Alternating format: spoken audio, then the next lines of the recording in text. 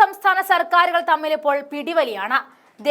ഈ റോഡ് ഞങ്ങൾ ഉണ്ടാക്കിയതാണെന്ന് ഇടത് സർക്കാരും അല്ലല്ല ഞങ്ങൾ ഉണ്ടാക്കിയതാണെന്ന് കേന്ദ്ര സർക്കാരും പിടിവലി കൂട്ടുമ്പോൾ നമ്മുടെ ശോഭാ സുരേന്ദ്രൻ വക ഒരു വാർത്താ സമ്മേളനം തന്നെ നടന്നു. ലോകോത്തര നിലവാരത്തിൽ നിർമ്മിച്ച തലസ്ഥാനത്തെ സ്മാർട്ട് റോഡുകൾ മുഖ്യമന്ത്രി പിണറായി വിജയൻ നാടിന് സമർപ്പിക്കുമ്പോൾ അതിലൊരു രാഷ്ട്രീയ വിവാദം തലപൊക്കിയിരിക്കുകയാണ്. സ്മാർട്ട് സിറ്റി പദ്ധതി ഉൾപ്പെടുത്തിയതായിരുന്നു ഈ റോഡിന്റെ നിർമ്മാണം. ഈ റോഡാണ് മുഖ്യമന്ത്രി തുറന്നു നൽകുന്നത്. എന്നാൽ കേന്ദ്ര സർക്കാർ പദ്ധതിയാണ് സ്മാർട്ട് സിറ്റി. പൂർണ്ണമായും പണം നൽകിയത് കേന്ദ്ര സർക്കാർ തന്നെ. ഇതിന്റെ ഏകോപന ചുമതല സംസ്ഥാന സർക്കാരിനായിരുന്നു എന്ന് മാത്രം. ഇത്തരമൊരു റോഡിന്റെ ഉദ്ഘാടന പരസ്യത്തിൽ കേന്ദ്ര സർക്കാരുമായി ബന്ധപ്പെട്ട യാതൊരു സൂചനകളും നൽകിയില്ല. കേരളത്തിന്റെ പദ്ധതി പോലെ ഇത് അവതരിപ്പിച്ചു എന്നതാണ് വസ്തുത. തലസ്ഥാന നഗരി ലോകമാകെ ശ്രദ്ധിക്കുന്ന നിലയിലേക്ക് സ്മാർട്ട് റോഡുകളുള്ള നഗരമായി മാറുകയാണെന്ന് മന്ത്രി PA മുഹമ്മദ് റിയാസ് കഴിഞ്ഞ ദിവസം പറഞ്ഞിരുന്നു. കഴിഞ്ഞ ദിവസം സ്മാർട്ട് റോഡിലൂടെ നൈറ്റ് വാക്ക് നടത്തിക്കൊണ്ടായിരുന്നു മന്ത്രിയുടെ പ്രതികരണം വന്നത്. അതിനുശേഷമാണ് ഇത് പിടിച്ചുകൊണ്ട് BJPയും ഇപ്പോൾ എത്തിയിരിക്കുന്നത്. കേരളത്തിലുടനീളം 62 പുതിയ റോഡുകളാണ് മുഖ്യമന്ത്രി സമർപ്പിക്കുന്നത്. ഇതിൽ 12 റോഡുകൾ തിരുവനന്തപുരത്താണ്. എന്നാൽ ഈ റോഡുകളെല്ലാം കേന്ദ്ര പദ്ധതിയും ക്രെഡിറ്റ് തട്ടിയെടുക്കാനുള്ള അമ്മായിപ്പന്റെയും മരുമോകന്റെയും ശ്രമത്തിനിടയിലാണ് ശോഭാ സുരേന്ദ്രന്റെ വാക്കുകൾ. അതായത് കേന്ദ്ര സർക്കാർ പണിത് നടക്കുന്ന റോഡുകളിൽ സെൽഫി എടുത്ത ആളാവാൻ നോക്കുകയാണെന്നാണ് ശോഭ റിയാസിനെ പറ്റി പറഞ്ഞു വെക്കുന്നത്. ഒരേ നാണയത്തിന്റെ 2 വശങ്ങൾ തമ്മിൽ തല്ലുന്നത് കണ്ട കോൺഗ്രസിന് പറയാൻ ഇത്രയേ ഉള്ളൂ: നിങ്ങൾ റോഡിനു വേണ്ടി തമ്മിൽ തല്ലിക്കോ, ഞങ്ങൾ കേരളം ഭരിച്ചോളാമെന്ന്. ശോഭ നടത്തിയ വാർത്താ സമ്മേളനത്തിന്റെ ഏതാനും ദൃശ്യങ്ങൾ കൂടി കാണാം. രാജ്യത്ത് നിലനിൽക്കുന്ന വിലക്കയറ്റത്തിന്റെ നിരക്കെന്ന് പറയുന്നത് 3.16%. എന്നാൽ കേരളത്തിൽ 5.94% രൂക്ഷമായിട്ടുള്ള വിലക്കയറ്റത്തിൽ മനുഷ്യർ പൊറുതിമുട്ടുകയാണ്. 2ാം സ്ഥാനം വിലക്കയറ്റത്തിന്റെ കാര്യത്തിൽ രാജ്യത്തുള്ളത് കോൺഗ്രസ് ഭരിക്കുന്ന കർണാടകയ്ക്കാണ്. അത് 4.26%-ലാണ് കർണാടക എത്തി നിൽക്കുന്നത്. ഇപ്പൊ നമുക്ക് കാണാൻ സാധിക്കുന്നത് രാജ്യം നൽകുന്ന പദ്ധതികൾ, ആ പദ്ധതികൾ നമ്മുടെ സംസ്ഥാനത്ത് ഇംപ്ലിമെന്റ് ചെയ്യുമ്പോൾ പദ്ധതികളുടെ പേര് മാറ്റുകയും വലിയ രീതിയിൽ നമ്മുടെ തന്നെ നികുതി പണം എടുത്തുകൊണ്ട് പരസ്യം കൊടുക്കുന്നതിൽ നമുക്ക് വിരോധമില്ല. പക്ഷേ ആ കൊടുക്കുന്ന പരസ്യത്തിനകത്ത് കേന്ദ്രത്തിന്റെ എത്ര കോടി രൂപയുടെ സഹായമുണ്ട് എന്ന് ഒരു പരസ്യത്തിലും പറയാതെ മൂടി വെച്ചുകൊണ്ട് മുന്നോട്ട് പോകുന്ന കേരള ഗവൺമെന്റിന്റെ ഈ നയം എന്ന് പറയുന്നത് ജനങ്ങൾക്കിടയിൽ കേന്ദ്ര ഗവൺമെന്റിന്റെ പദ്ധതികളുടെ പേരുമാറ്റൽ പ്രക്രിയയുടെ ഏറ്റവും അവസാനത്തെ ഒരു ഉദാഹരണമായിട്ട് ഈ വിഷയത്തെ ചൂണ്ടിക്കാണിക്കുകയാണ്. നമ്മളെ സംബന്ധിച്ച് നമ്മുടെ കുട്ടികൾ ഏറ്റവും കൂടുതൽ തൊഴിലില്ലായ്മ നേരിടുന്ന ആളുകളുടെ കൂട്ടത്തിൽ അവരെ പരിഗണിക്കപ്പെടുകയാണ്. അടുത്തിടെ പുറത്തു വന്നിട്ടുള്ള ഒരു കണക്ക് പ്രകാരം രാജ്യത്ത് നമ്മുടെ സംസ്ഥാനം ഏറ്റവും രൂക്ഷമായിട്ടുള്ള തൊഴിലില്ലായ്മയിലൂടെ മുന്നോട്ട് പോകുന്നു. 29% കേരളത്തിലെ തൊഴിലില്ലാത്ത ചെറുപ്പക്കാരുടെയും ചെറുപ്പക്കാരികളുടെയും കണക്ക് എന്നുള്ളതാണ്. ഇത് വളരെയധികം നമ്മളെ വേദനിപ്പിക്കുന്നതും ചിന്തിപ്പിക്കുന്നതുമാണ്. കാരണം ആയിരക്കണക്കിന് 10,000-കണക്കിന് വരുന്ന വളരെയധികം കഷ്ടപ്പെട്ട് പഠിച്ച് സർട്ടിഫിക്കറ്റുകൾ കയ്യിലുള്ളവർ ഈ കേരളം വിട്ടുകൊണ്ട് പല വിദേശ രാജ്യങ്ങളെയും ആശ്രയിക്കുന്നു. വിവിധങ്ങളായിട്ടുള്ള സംസ്ഥാനങ്ങളിലേക്ക് അവർ കുടിയേറ്റം നടത്തുന്നു. കഴിവും പ്രാപ്തിയുമുള്ള ബിസിനസ്സുകാർ തൊട്ടടുത്ത സംസ്ഥാനങ്ങളിൽ പോയി അവർ അവരുടെ ബിസിനസ് വർദ്ധിപ്പിക്കുന്നു. നമുക്ക് ഒരു ഇൻവെസ്റ്റ്മെന്റും ഈ കേരളത്തിലേക്ക് വരാൻ സാധിക്കാത്ത സാഹചര്യത്തിലൂടെ കേരളം മുന്നോട്ട് പോവുകയാണ്. തീർച്ചയായിട്ടും ഇത് ഈ സമൂഹത്തോടുള്ള കേരള സർക്കാരിന്റെ വെല്ലുവിളിയാണ് എന്നുള്ള കാര്യത്തിൽ ഒരു തർക്കവുമില്ല. കഴിഞ്ഞ ദിവസം ലീഗിന്റെ ഒരു നേതാവ് ശ്രീമാൻ കുഞ്ഞാലിക്കുട്ടി പോലും പറഞ്ഞു, ഇന്ന് സംസ്ഥാന ഗവൺമെന്റ് കൊട്ടിഘോഷിക്കുന്ന പല പദ്ധതികളുടെയും കണക്കുകൾ പരിശോധിച്ചാൽ അതിന്റെ യഥാർത്ഥ ഉടമസ്ഥാവകാശം കേന്ദ്ര ഗവൺമെന്റിനാണ് എന്ന് പറയാതെ പറയുന്ന ശ്രീമാൻ കുഞ്ഞാലിക്കുട്ടിയെ പോലെയുള്ള നേതാക്കന്മാരെ ഈ കേരളത്തിൽ നമുക്ക് കാണാൻ സാധിക്കുകയാണ്. സംസ്ഥാന സർക്കാർ ഏറ്റവും കൂടുതൽ ക്രെഡിറ്റ് ഏറ്റെടുത്തിട്ടുള്ളത് റേഷൻ വിതരണത്തിലാണ്. ആ റേഷൻ വിതരണം എന്നുള്ളത് കേന്ദ്ര ഗവൺമെന്റിന്റെ നിർബന്ധമായിരുന്നു.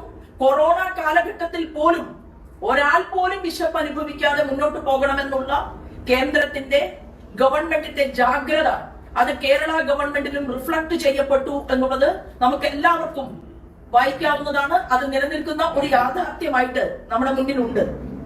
ഇന്ന് തിരുവനന്തപുരത്തെ സ്മാർട്ട് സിറ്റിയുടെ ഉദ്ഘാടനം നടക്കുമ്പോൾ ആ സ്മാർട്ട് സിറ്റിയുടെ പരസ്യം വിപുലമായ രീതിയിൽ നടത്തപ്പെട്ടപ്പോൾ, ഓരോരുത്തരും വായിക്കപ്പെട്ടപ്പോൾ 760 കോടി രൂപ കേന്ദ്ര ഗവൺമെന്റാണ് സ്മാർട്ട് സിറ്റിക്ക് വേണ്ടിയിട്ട് വിനിയോഗിച്ചിട്ടുള്ളത്. കേരളത്തിന്റെ ബഹുമാനപ്പെട്ട മുഖ്യമന്ത്രിയോട് ചോദിക്കാൻ ആഗ്രഹിക്കുന്നത്, സ്മാർട്ട് സിറ്റികളുടെയും നഗരവികസനങ്ങളുടെയും കാര്യത്തിൽ എത്ര കോടി രൂപ കേന്ദ്ര ഗവൺമെന്റ് നൽകിയിട്ടുണ്ട് എന്നതിനെ കുറിച്ച് കേരളത്തിലെ ജനങ്ങളോട് തുറന്നു പറയാനുള്ള ധൈര്യമുണ്ടോ, അല്ലെങ്കിൽ അതിനുള്ള സത്യസന്ധതയുണ്ടോ? ആ കാര്യം ജനങ്ങളുടെ മുന്നിൽ പറയണം എന്ന് ഭാരതീയ ജനതാ പാർട്ടി ആവശ്യപ്പെടുകയാണ്. രാജ്യത്ത് 100 സ്മാർട്ട് നഗരങ്ങളിൽ ഒന്നായി തിരുവനന്തപുരത്തെ കേന്ദ്ര നഗര വികസന മന്ത്രാലയം തെരഞ്ഞെടുത്ത് പദ്ധതി നടപ്പിലാക്കിയതാണ്. ഈ കണക്കുകൾ കേരളത്തിന്റെ നിയമസഭാ രേഖകളിൽ ഉള്ളതാണ്. നിയമസഭാ രേഖകളിൽ കൃത്യമായിട്ടുള്ള പദ്ധതി ഉണ്ടായിട്ടും ആ പദ്ധതിക്ക് കേന്ദ്ര ഗവൺമെന്റിന്റെ 760 കോടി രൂപ കേന്ദ്ര നഗര വികസന മന്ത്രാലയം നൽകിയിട്ടും എന്റെയും നിങ്ങളുടെയും പണം ഉപയോഗിച്ച് കൊടുത്ത പരസ്യങ്ങളിൽ കേന്ദ്ര ഗവൺമെന്റിനെ കുറിച്ചുള്ള ഒരു ധ്വനിയുമില്ലാതെ പദ്ധതി സ്വന്തം പേരിലേക്ക് ആക്കി തീർത്തുകൊണ്ടുള്ള വളരെ വലിയ കാപട്യമാണ് കേരളത്തിന്റെ ഗവൺമെന്റ് നടപ്പിലാക്കിയിട്ടുള്ളത്. ഓരോ പദ്ധതികളും കേന്ദ്രം പറയുന്ന സമയത്ത് കേരളത്തിൽ നടപ്പിലാക്കാൻ സാധിക്കുന്നില്ല എന്നുള്ളത് ഏറ്റവും ഖേദകരമാണ്. ഇപ്പൊ കഴിഞ്ഞ ദിവസം പല സംസ്ഥാനങ്ങളിലെയും മുഖ്യമന്ത്രിമാരുടെ യോഗം ചേർന്നപ്പോൾ അതിൽ പ്രധാനമായിട്ട് ഉന്നയിക്കപ്പെട്ട ഒരു വസ്തുത എന്ന് പറയുന്നത്, വൃദ്ധരായിട്ടുള്ള ആളുകളെ, വൃദ്ധരായിട്ടുള്ള അമ്മമാരെ, അച്ഛന്മാരെ, അവരുടെ ആരോഗ്യം നഷ്ടപ്പെടുമ്പോൾ ഒരു കുടുംബത്തിനകത്ത് ഉണ്ടാകുന്നത് വളരെ വലിയ വേദനയാണ്. കാലമത്രയും ജോലിയെടുത്ത് മക്കളെയും കൊച്ചുമക്കളെയും സംരക്ഷിച്ചതിന് ശേഷം ആ വീടിനകത്ത് കഴിയുന്ന 70 വയസ്സ് കഴിഞ്ഞ ഈ വാർദ്ധക്യ പ്രായത്തിലെത്തിയ ആളുകൾക്ക് 5 ലക്ഷം രൂപയുടെ ആരോഗ്യ ഇൻഷുറൻസ് പദ്ധതി അത് കൊടുക്കണം എന്ന് കേന്ദ്രം മുഖ്യമന്ത്രിമാരുടെ യോഗത്തിൽ ആവർത്തിച്ച് ആവശ്യപ്പെട്ടിട്ടും കേരള ഗവൺമെന്റ് അത്യന്തം ഖേദകരമായിട്ടുള്ള നിലപാടാണ് ആ വിഷയത്തിൽ എടുത്തിട്ടുള്ളത്. പല ആശുപത്രികളിലും ഈ വയസ്സായിട്ടുള്ള ആളുകൾ പോകുന്ന സമയത്ത് അവർക്ക് ഈ കാർഡ് കയ്യിൽ കരുതാൻ പറ്റാത്ത ഒരു സാഹചര്യം കേരളത്തിന്റെ മണ്ണിലുണ്ട്. അത് കേരളത്തിന്റെ മുഴുവൻ എംഎൽഎമാർക്കും കേരള നിയമസഭയ്ക്കകത്ത് നിങ്ങൾക്കും വാർദ്ധക്യമുള്ള ബന്ധുക്കളുണ്ട്. നിങ്ങൾ പക്ഷേ തോർത്തുമുണ്ടിന് ഒന്ന് ഒഴിച്ചിലിന് വേണ്ടിയിട്ട് പോകുമ്പോ, സുഖചികിത്സയ്ക്ക് വേണ്ടിയിട്ട് പോകുമ്പോ തോർത്തുമുണ്ടിന് 1000 രൂപ എഴുതിയെടുക്കാൻ സാധിക്കും. നിങ്ങൾക്ക് എല്ലാ കാര്യങ്ങൾക്കും അസുഖമില്ലാത്ത എംഎൽഎമാർക്കും അസുഖമുള്ള എംഎൽഎക്കും ഒക്കെ നിങ്ങൾ കൃത്യമായി കണക്ക് പറഞ്ഞ് പൈസ എഴുതിയെടുക്കുന്നുണ്ട്. എന്നാൽ കേന്ദ്രം കൊണ്ടുവന്ന ആയുഷ്മാൻ ഭാരത് പദ്ധതി അത് പാവപ്പെട്ടവരിലേക്ക് എത്തിക്കാൻ ആവശ്യമായിട്ടുള്ള ചടുലമായ നീക്കങ്ങൾക്ക് കേരള നിയമസഭയിൽ ഒരു ചർച്ച പോലും നടക്കുന്നില്ല എന്നുള്ളത് അത്യന്തം ഖേദകരമാണ് എന്നുകൂടി ഭാരതീയ ജനതാ പാർട്ടി അഭിപ്രായപ്പെടുന്നു. തീർച്ചയായിട്ടും ആയുഷ്മാൻ ഭാരത് പദ്ധതി എത്രയും വേഗം നമ്മുടെ വയസ്സായ ആളുകളിലേക്ക് എത്തിക്കാൻ ആവശ്യമായിട്ടുള്ള ചർച്ചകൾ ഉണ്ടാകണം, നടപടികൾ ഉണ്ടാകണമെന്ന് ഭാരതീയ ജനതാ പാർട്ടി ആവശ്യപ്പെടുകയാണ്.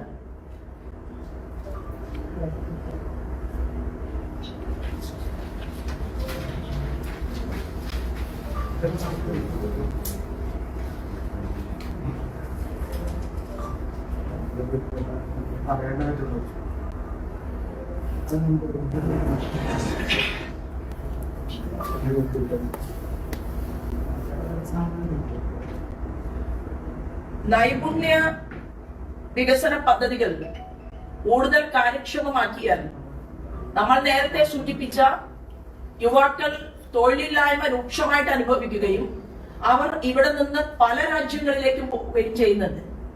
ഈ അടുത്ത കാലത്ത് നിങ്ങളുടെ എല്ലാവരുടെയും ശ്രദ്ധയിൽപ്പെട്ട പുതുക്കാടിലെ ഒരു സഹോദരന്റെ മരണം, ഒരു സുരക്ഷിതമല്ലാത്ത രാജ്യത്ത് പോയി പട്ടാളത്തിൽ ചേർന്നു എന്നാണ് ആ വീട്ടുകാർക്ക് കിട്ടിയിട്ടുള്ള അവസാനം കിട്ടിയ വിവരം എന്നുള്ളതും മാധ്യമ സുഹൃത്തുക്കൾ ഉൾപ്പെടെ ആ ഭൗതിക ശരീരം വരുന്ന സമയത്ത്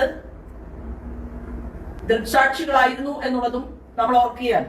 കാരണം സുരക്ഷിതത്വമില്ലാത്ത ചെറിയ ചെറിയ രാജ്യങ്ങളിലേക്ക് പോലും നമ്മുടെ ചെറുപ്പക്കാർ കേരളത്തിൽ നിന്ന് പോവുകയാണ്. നൈപുണ്യ പദ്ധതി അത് വളരെ കാര്യക്ഷമമായിട്ട് നടപ്പിലാക്കണം എന്നുള്ളത് കേന്ദ്ര ഗവൺമെന്റിന്റെ ഏറ്റവും വലിയ ആവശ്യമാണ്. അതിൽ പോലും ലാഗിംഗ് ആണ്, വിട്ടുവീഴ്ചയാണ് നമ്മുടെ ഗവൺമെന്റ്, കേരള ഗവൺമെന്റ് നടത്തിക്കൊണ്ടിരിക്കുന്നത് എന്നുള്ളതും ഈ സമയത്ത് ഭാരതീയ ജനതാ പാർട്ടി ഇവിടത്തെ ഈ ഡിപ്പാർട്ട്മെന്റുകളെ നോക്കേണ്ട, അത് അതത് വകുപ്പ് മന്ത്രിമാർക്ക് ചെയ്യാൻ സാധിക്കുന്നില്ലെങ്കിൽ ഈ വകുപ്പ് മന്ത്രിമാരെ പിടിച്ചിരുത്തിക്കൊണ്ട് കേന്ദ്ര ഗവൺമെന്റിന്റെ പദ്ധതി മറ്റു സംസ്ഥാനങ്ങൾ കോടാൻ കൂടി വാങ്ങിയെടുക്കുന്നത് പോലെ അത് വാങ്ങിയെടുക്കാനും അത് കൃത്യമായി ഉപയോഗപ്പെടുത്താനും അതിനകത്ത് കക്ഷി രാഷ്ട്രീയം മാറ്റിവെച്ചുകൊണ്ട് നമ്മുടെ ചെറുപ്പക്കാരികൾക്കും വേണ്ടി ഈ നൈപുണ്യ വികസന പദ്ധതിയെ എത്തിക്കാനും കേരള ഗവൺമെന്റ് പരിശ്രമിക്കേണ്ടതാണ്. പക്ഷേ അത് വലിയ വിട്ടുവീഴ്ചയാണ് കേരള ഗവൺമെന്റിന്റെ ഭാഗത്ത് നിന്ന് ഉണ്ടായിക്കൊണ്ടിരിക്കുന്നത്.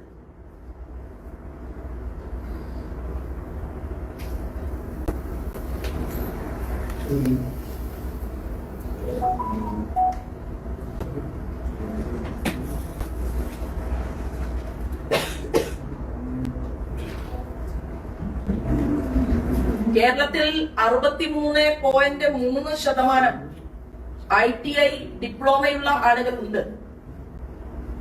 ആ ആളുകളെ എഞ്ചിനീയറിംഗ് യോഗ്യതയുള്ളവർ ഏറെയുണ്ട്. നമുക്കറിയാൻ സാധിക്കുന്നത് ഇവർ മാത്രമല്ല, മെഡിക്കൽ ബിരുദധാരികൾ പോലും നമ്മുടെ നാട്ടിൽ നിൽക്കാതെ അറിവും പ്രാപ്തിയും കഴിവുമുള്ള ആളുകൾ ഓരോ വർഷവും നമ്മുടെ കേരളത്തിൽ നിന്ന് കൊഴിഞ്ഞു പോവുകയാണ്. കേരളം ഒരുപക്ഷെ വരാൻ പോകുന്ന നാളുകളിൽ ഈ സ്ഥിതിയാണ് തുടരുന്നതെങ്കിൽ ഇൻവെസ്റ്റ്മെന്റിന് മീറ്റിംഗുകൾ വിളിച്ചു കൂട്ടുന്നുണ്ട്, വലിയ രീതിയിലുള്ള മാമാങ്കങ്ങൾ നടക്കുന്നുണ്ട്, കോടിക്കണക്കിന് രൂപ ഇൻവെസ്റ്റ് ചെയ്യാൻ തയ്യാറാണ് എന്ന് പറഞ്ഞ് ആളുകൾ പരിപാടികളിൽ, കേരള ഗവൺമെന്റിന്റെ പരിപാടികളിൽ പങ്കെടുക്കുന്നുണ്ട്. തത്വത്തിൽ ഒരു ജില്ലയിലും വലിയ വികസന പദ്ധതികൾക്ക് ആവശ്യമായിട്ടുള്ള ഒരു തറക്കല്ലിടലോ അല്ലെങ്കിൽ ബിൽഡിംഗ് കൺസ്ട്രക്ഷനോ അതിനുശേഷം ആളുകൾക്ക് തൊഴിൽ കൊടുക്കലോ ഒന്നും കേരളത്തിൽ കാണാൻ സാധിക്കുന്നില്ല എന്നുള്ളത് അത്യന്തം ഖേദകരമാണ്.